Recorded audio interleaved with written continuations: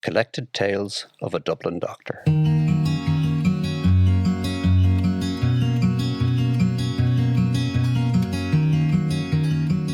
This podcast is a series of tales written by my father, Patrick Beaufin, and rediscovered in a file at the back of a press 30 years after his passing.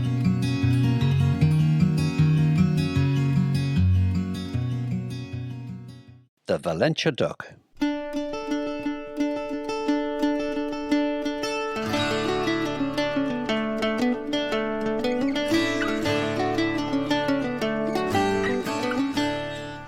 A number of years ago, we went on holidays to Valentia Island off the coast of Kerry.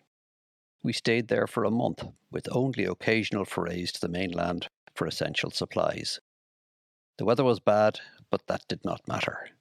What did matter was the feeling of being away. No telephone, no timetable, no meetings, but most of all, the complete anonymity one enjoys in the village in the centre of the island. After a short time, we were accepted by the people. We bought potatoes and vegetables from a farmer, eggs from a woman who lived alone, apart from her hens, a few cows, and a recently farrowed sow and its 11 bainbhs. Another woman made soda bread for us. I had a separate relationship with the men of the village.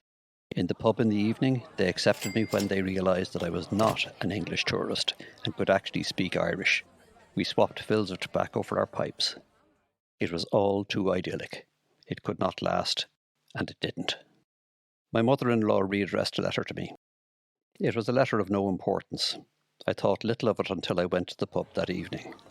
Instead of the usual casual greeting with a little gentle banter, the way to the bar opened for me like the Red Sea, and my friends greeted me with, "Good evening, Doctor." The letter had deprived me of my anonymity. The ambience was destroyed. A doctor on holiday dreads being identified. I anticipated what I'd experienced so often elsewhere. "You might have seen so many cases of backache, Doctor. I have a wee pain here that..."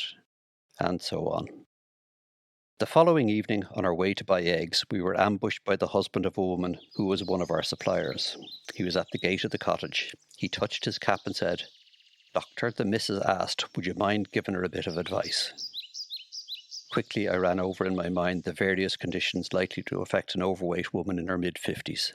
When I entered the cottage, she was standing in the middle of the floor with a half-grown duckling in her hands. She said, "Would you ever have a look at the duck? It was savaged by the hens." The skin of the duckling's neck was severely lacerated with exposure of the neck tissues. I had, of course, no experience of this. I lamely suggested that the only hope for the poor thing was to stitch the wound. In seconds, she produced a straight sewing needle charged with white cotton thread. As she held the duckling, I drew the skin together and inserted 7 stitches. There was no asepsis, no dressing, no antibiotics. When the manoeuvre was completed, she released it into the farmyard, where it paddled over straight away to the dung heap. I gave a somewhat guarded prognosis.